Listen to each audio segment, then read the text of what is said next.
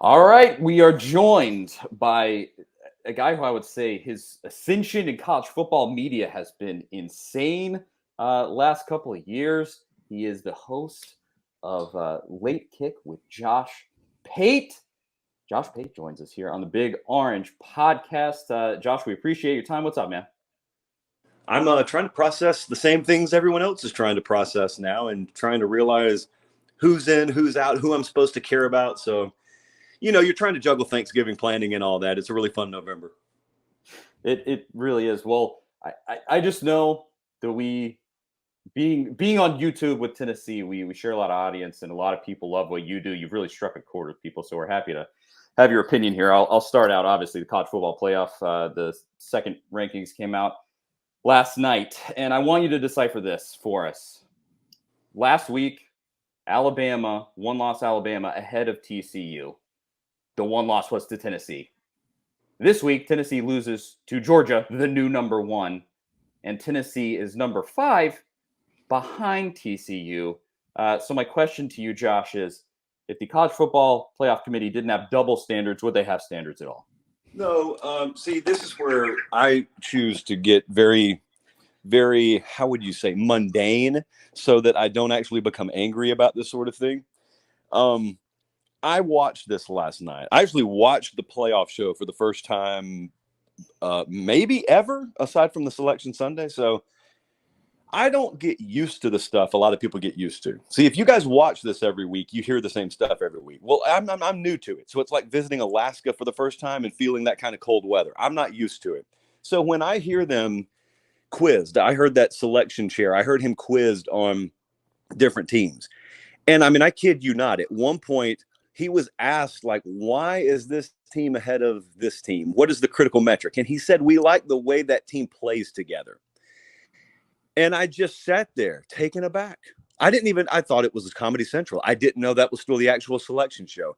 And so what you have there is it's almost like you have the crime that you want to see committed. Now we have to reverse engineer a trial. And we have the verdict we already want. We have to reverse engineer the trial. We have the teams we want. We now need to reverse engineer the process by which to put them there. And if you just want to tell me you think they're better or they're more deserving, that's fine. I would rather it be that way, as a matter of fact, aside from the nonsense that they peddle. Now, what you could say is, well, TCU's got another win baked into their profile at this point, too, but it was a 10-point win over Texas Tech. So I'm not sure that changed their data set all that much. So it really has a lot of preconceived notion baked in. It really has a lot of preseason baked in. And if you're doing it, the way I do it, that's fine. But you're not claiming to be in the power rating world. You're in the merit-based ranking world. And if you are, that becomes an issue. Do you think that they got it right last week, or is it more where it should be this week? Because I think that's the one complaint I saw from Tennessee fans specifically. And it's like Charlie mentioned, with Alabama being ahead of them last week, that's why they're complaining. If TCU was ahead of Alabama last week, I don't think you'd hear nearly as many complaints. I'm sure there would still be some out there. But do you think it's right now or it was right last week? I don't know that it's right either week, but I think that what their argument would be whether they say the quiet part out loud or not, they probably still thought Alabama was better than Tennessee, even after they saw him play on a football field. Whereas this week they may argue with you, well, we feel the same way. Now we feel that TCU is better. And I think also what you have to take into account, again, it's not supposed to matter, but it does, is these are humans who have access to the internet and care what people think about them. And so they listen to people criticize for a week, and they listen to people talk about how big a travesty it would be if fill in the blank didn't happen. And so they react to it accordingly. So I know no one wants to believe that, but the bottom line is that factors in a lot to where they slot those teams. Do you think we're silly? Do you think we're silly for even being that worried about the rankings while there's still 3 regular season games to play in a conference championship weekend? Are we making too big of a deal of it right now? Yeah. I mean, I can just give you my opinion. I don't spend time on it, and so because I think it's time spent instead of time invested. Because I look at Oregon. So Oregon's a perfect example here. I have done 3 national radio hits this morning, and I got asked about Oregon in every single one of them. And every single time I made the same point. You don't know Oregon, because I keep getting asked, where should Oregon be if they win the Pac-12 championship? And everyone's using present day perspective on them. But if Oregon were to win the Pac-12 championship, they would have a win versus ranked Washington baked in. It's not there right now. They'd have a win versus ranked Utah baked in. That's not there right now. I personally think Oregon State should be ranked a lot higher. They'd have a win over them baked in. They'd have a win over maybe USC or UCLA in the conference title game baked in. That's a month's worth of ranked opponents baked in that aren't baked in right now. Think about how radically different Oregon looks at that point. So I know it's only 3 weeks, but there's still a long way to go for some of these teams' data sets and profiles. Well, let's move to just Tennessee specific here outside of the playoff. Obviously, Tennessee fans just want to be competing for a national championship. But I think we also have to take a step back and realize like how kind of magical the season is, even with this sort of dominating loss to Georgia. What are your overall thoughts on the job that Josh Heupel has done so far at Tennessee? Well, it's phenomenal. It's ruining a lot of other people, though. A lot of other people try and sell their administration and fans on how it's a 3 or 4 year process. And really, that's kind of antiquated thinking to begin with in the transfer portal era. But that doesn't mean people don't still try and traffic in that. And then Heupel's doing what he's doing, and he's not worried about how it affects anyone else. I just view it holistically. But as for Josh Heupel himself, I remember talking to him over the summer, and he made a point then, and it should really be emphasized now, that we didn't take a lot of guys out of the portal either. Kirby beat him last week, and he made mention in the post game, hey, we didn't do it. We did this with nobody from the portal. Well, Tennessee didn't do a ton in the portal either. And so you've still largely, as you guys know, have a roster of guys that were put together by Jeremy Pruitt and his staff, and you're winning with them. You're winning at a high level with them. So that's a good thing. Also, you're in that period of the build, of the climb, where everything's useful. If you beat Georgia last week, it's useful for obvious reasons. You lose to Georgia last week, there's still a ton of juice you can get out of that squeeze in terms of teaching valuable lessons and bringing yourself back down to earth and focusing on process over outcome. All of that stuff is teachable because all of it is still new, and it's evergreen, but it's still new to everyone in that program because none of them have been there before. And the fan base, you've got a generation of the fan base that's never been there before. So I think it's fun to watch. I always said when I got here back in 2020, early 2020, we're coming off the LSU magical run of 2019 at that point. And I remember talking to a lot of our management here. I said, Tennessee's that team. Now, at the time, there was no hope for Tennessee, but I said, if there's ever a team that can pull off what LSU did, and I'm talking about from a mass interest standpoint and an increase in traffic and volume, I'm sure you guys are seeing it on your channel, it's Tennessee. Because that's the sleeping giant program. That's the sleeping giant fan base. They haven't gone anywhere. It's not like they've fallen off the face of the earth. They're just waiting. And if it ever pops again, that brand and that fan base will pop, and it sure has. You kind of got into a question I wanted to ask you specifically today about Tennessee and the future of the program. I think Tennessee fans have just kind of assumed that from here it's going to be like this every single year. It's going to be competing for a playoff spot every single year, and maybe it is. I don't know what the future holds, but this Tennessee team this year, you got a really good quarterback in Hendon Hooker. You're losing a couple of wide receivers, Cedric Tillman, Jalen Hyatt, maybe going to the draft. A couple of key offensive linemen, Darnell Wright, Jerome Carvin, that might get drafted. The defense, even though it's struggled, it's mostly upperclassmen. Are they going to take a step back at all next year, or are they going to continue to climb? Because I feel like there's a lot of unknowns going into next year that nobody really wants to talk about right now. Yeah, it's not linear. The success is never just straight up linear. And a lot of times, on the early side of a program's building process, if they happen to have a really good quarterback, they end up taking it for granted. Because you always think to yourself, well, this is just the guy we already had, but think about the guy we'll get. Well, that's irrelevant. The quality of play is the quality of play. And if you have a special group and it's led by a special quarterback, you're not automatically assuming you'll ever have a combination better than that. Now, you hope you will, and you certainly can talk yourself into it. And if I had to bet my money, I would think there are better versions of Tennessee football coming down the line. But I don't know that. That's just a blind guess. So you gotta you got to take those things in the moment for what they are. And you could go back to Alabama's example. Saban gets there in 2007.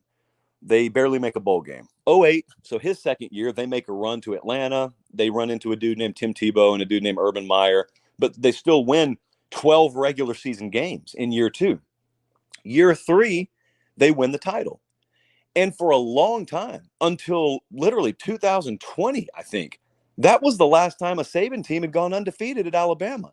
But those folks were sitting there in 2009 saying, man, this is just the beginning. Well, it was just the beginning, but there was the assumption that, oh, this 2009 team pales in comparison to the teams we'll have down the road. They went undefeated, and it took him over a decade to do it again. There were several titles in that mix, but it took over a decade to do it again. It just shows you sometimes you have special guys already in your locker room. They just need to be harnessed the right way. They need to be used the right way. And that's what Josh Heupel has right now. So I think, obviously, this is my assessment. I'm not sure exactly how you'd feel about it, but just Georgia, Kirby's a great coach, but a huge chunk of what they're doing is just dudes. Like, they just stack 5 stars on 5 stars on 5 stars. Do you feel like the NIL could bring some parity in that? Because you look like Tennessee this year, after Jalen Hyatt blew up, his NIL has just gone crazy. Hendon Hooker last week signed a NIL deal with a Mercedes dealership here and is driving around a $100,000 car on Instagram this week. Do you think that could spread some of that talent out where it's not just concentrated like it has been with Alabama and Georgia? It can spread the talent out, yes. Does it spread the heart and soul and desire and full buy-in out? That's the question. Like, I was down there last week. I was in their facility Friday night talking to some of their coaches. They are extremely proud of not having to go in that portal. Now, it won't last forever, and they're not anti-portal, but they're proud that they didn't have to go into it.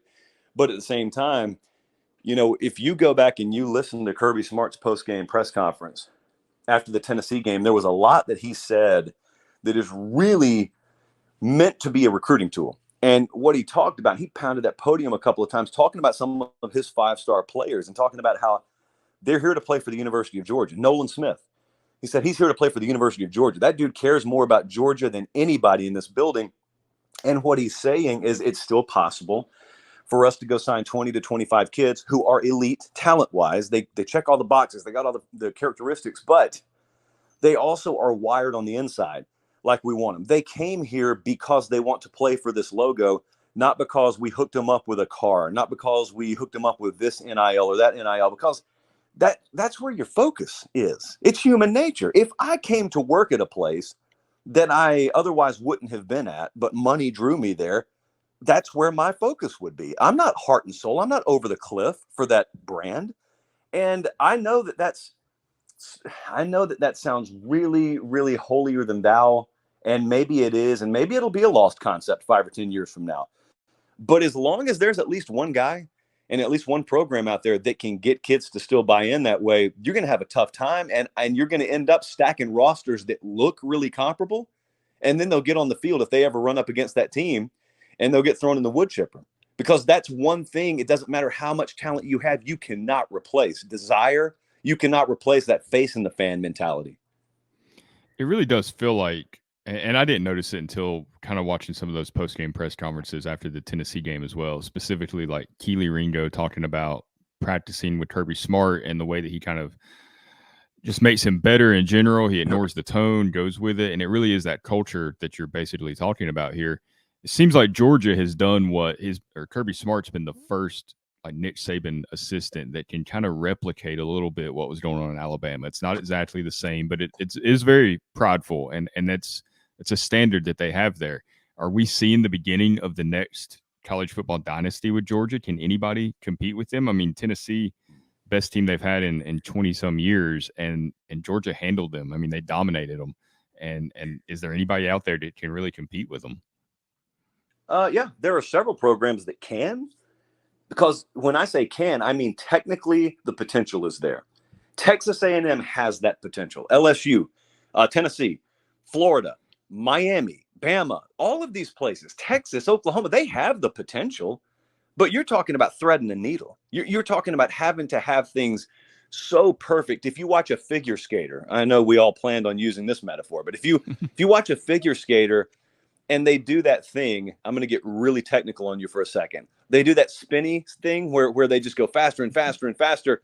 If you ever look at the mechanics behind that, and you watch like the sports science breakdown of what it takes to make the human body spin faster and faster like that, there is such precision that has to be involved. There is one way for that to happen, 1,000 ways to mess it up. And that figure skater has to keep doing that one thing exactly right over and over again. Well, the point is, technically, the human body, a lot of ours, possess that capability. It has to be honed and trained and executed. And therein lies the problem.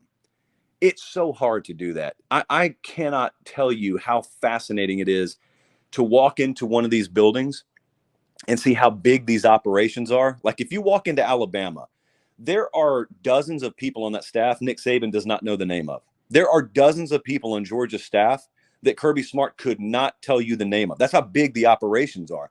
But yet, if you think about it, there's one person walking in every day that controls everything and casts the vision for every move that every one of those people make. And their vision is not perfect, but it is so perfected that everybody is moving in the same direction. It's like watching a freight train, 137 cars go by. They're all going the same speed, same track, same direction. There's no deviation at all. When you can do that, that's when you put yourself in position to do what Bama's done. It doesn't make you invincible. Okay, you can still be had on a one-off basis, but on a 12-game season basis, there won't be anyone matching you. Or if there is someone matching you, it means you've got a couple of generational coaches leading the way. I mean, just a quick follow-up on that. You've been in a ton of these facilities. You know the different atmospheres and the different vibes that you encounter. Do you sense that Tennessee is all moving in the right direction and kind of has that same vibe that maybe Georgia and Alabama had at the beginning? Do you sense that that's present in Knoxville? Because I know Yes. Tennessee fans are hoping. Yes, I do. And it's because the buy-in has started to happen. A lot of these guys, Saban, for example, did not have to sell people that he could win when he got to Alabama. Everyone knew he could win. Kirby, even though he was coming there as a first-time head coach, he kind of got benefit of the doubt from being under Saban that I know the blueprint. And that's why he came into Georgia and got so many yeses really, really quickly when it came to what they needed. I mean, I'm down there last week. I'm standing in their indoor facility and they say, we only just got this thing a few years ago. Previously, there had been so much pushback because that place didn't really want to do what it took to win. They wanted to win on Saturday. Everybody wants to win on Saturday. But the Sunday through Friday, they drug their feet on some stuff that Nick Saban would laugh at. Well, Kirby got it done over there because people didn't doubt his pedigree and therefore his vision.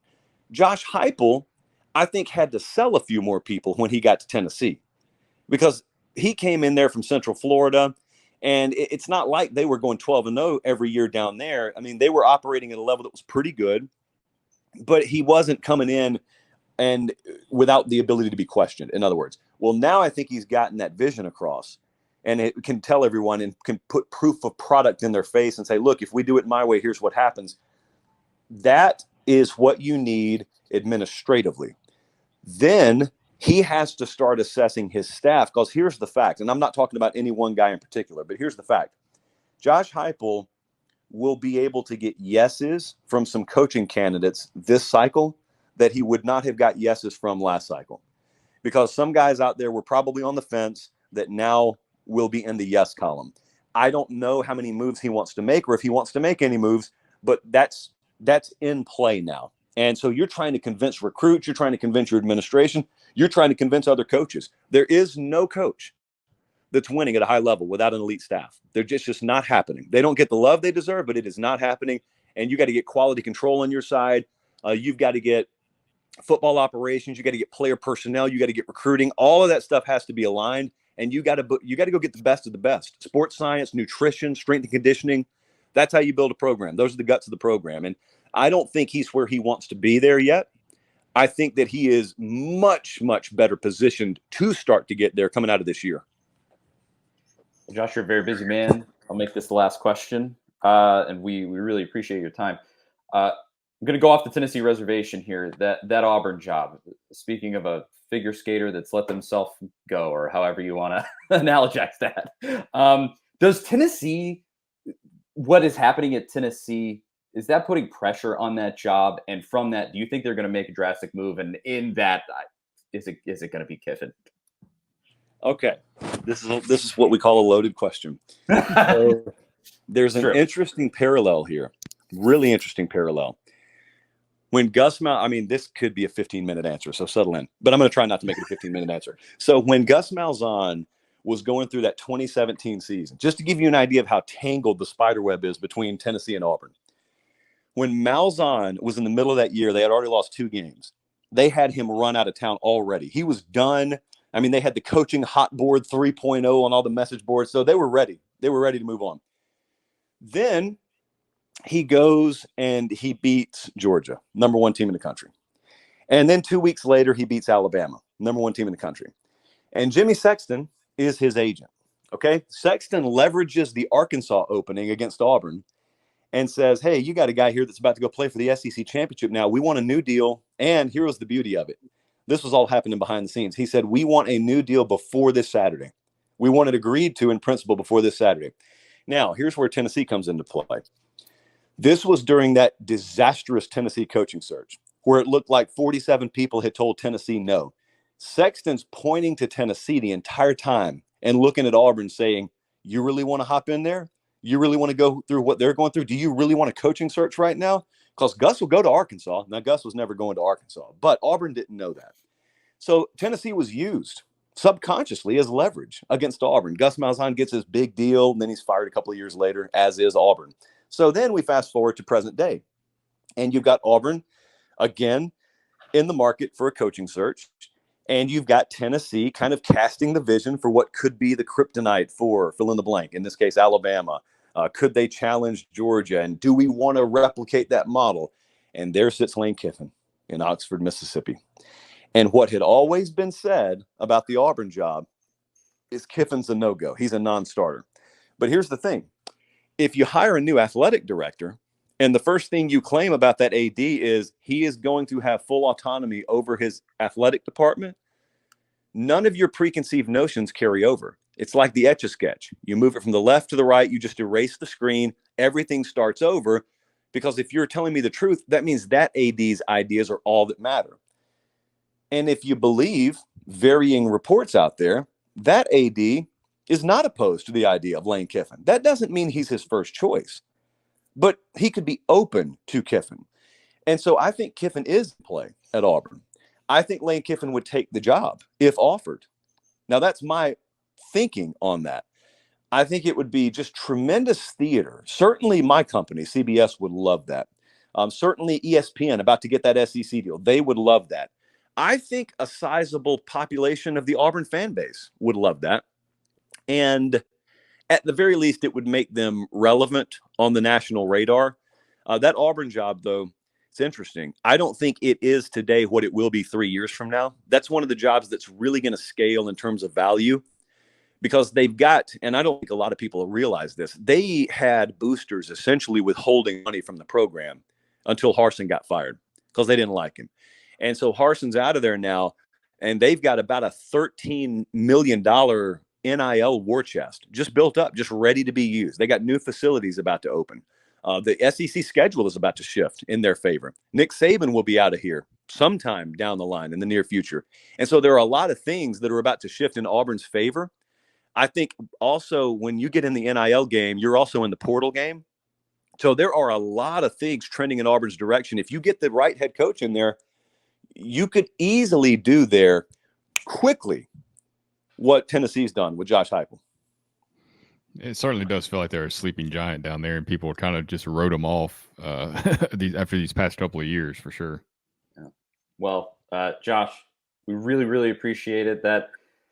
You gave us more time than we deserved, and Late Kick with Josh Pate. Go watch it. It is the best show in college football. Josh, plug anything else you got, but otherwise, we really appreciate it, man. I would like to plug the regular season of college football. Remember, kids, the playoff will get here. You don't have to hit the fast forward button. We got a good 3 weeks of regular season coming up, so let's give it up for November. Absolutely. All right, awesome. Josh Pate, I think that's it. We don't have anything else for the rest of the week, so we'll talk to y'all next week.